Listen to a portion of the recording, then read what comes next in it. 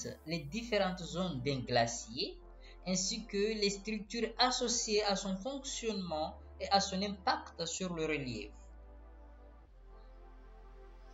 Après, il faut d'abord comprendre qu'un glacier est une masse de glace en mouvement qui se forme à partir de l'accumulation, de la compression et de la transformation de la neige en glace sur de longues périodes.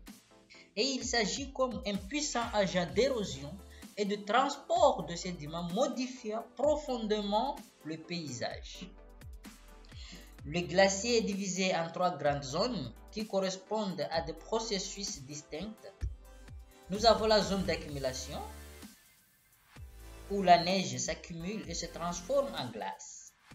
Cette zone située en amont du glacier, en altitude, c'est la région où la neige s'accumule, s'épaissit et se compacte progressivement sous l'effet de la pression. Cette même zone, la transformation de la neige en neve puis en glace, se fait sous l'effet de la compression et du tassement. Après, la glace formée commence alors à s'écouler lentement vers l'aval sous son propre poids. Cette zone est essentielle aussi car elle alimente le glacier. Si l'accumulation est plus forte que la fonte, le glacier avance. Mais dans le cas contraire, il recule.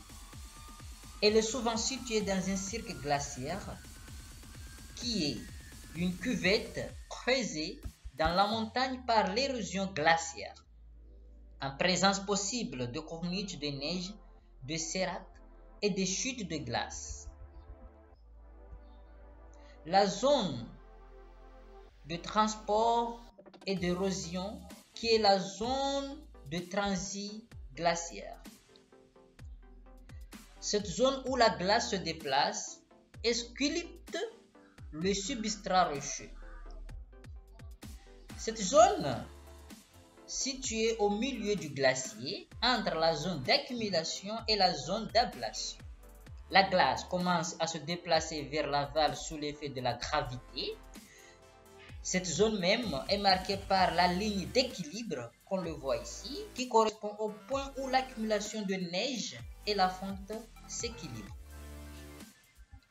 Après l'érosion, il est très intense. Nous avons le glacier creuse le sol et arrache les fragments de roche. Après, il transporte ces débris sur des grandes distances, formant des moraines latérales et des moraines médianes. Après, l'érosion polie estrie les roches du substratum sous-jacent.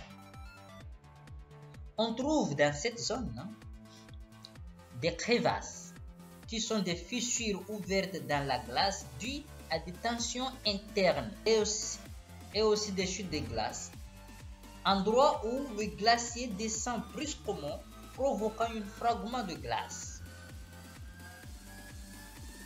Et enfin, nous avons la zone d'ablation située en aval au pied du glacier.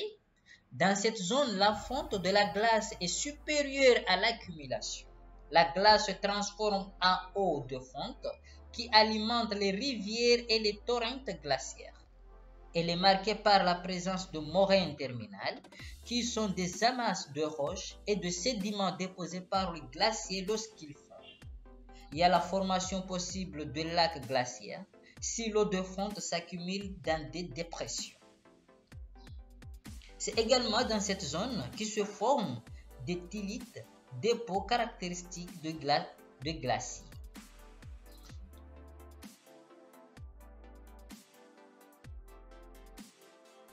Cette image, nous avons des structures qui sont importantes comme la moraine latérale, qui est une accumulation de débris le long des bords du glacier, la moraine médiane formée par la jonction de deux glaciers, la moraine terminale qui marque le point d'arrêt du glacier et son avancée maximale passée. Nous avons les crevasses qui sont des fissures ouvertes dans la glace, souvent visibles dans les zones de forte pente. Nous avons la chute de glace qui est un effondrement partiel du glacier dans une pente abrupte. et aussi des épandages fluvio-glaciaires qui sont des dépôts de sédiments transportés par les eaux de fond.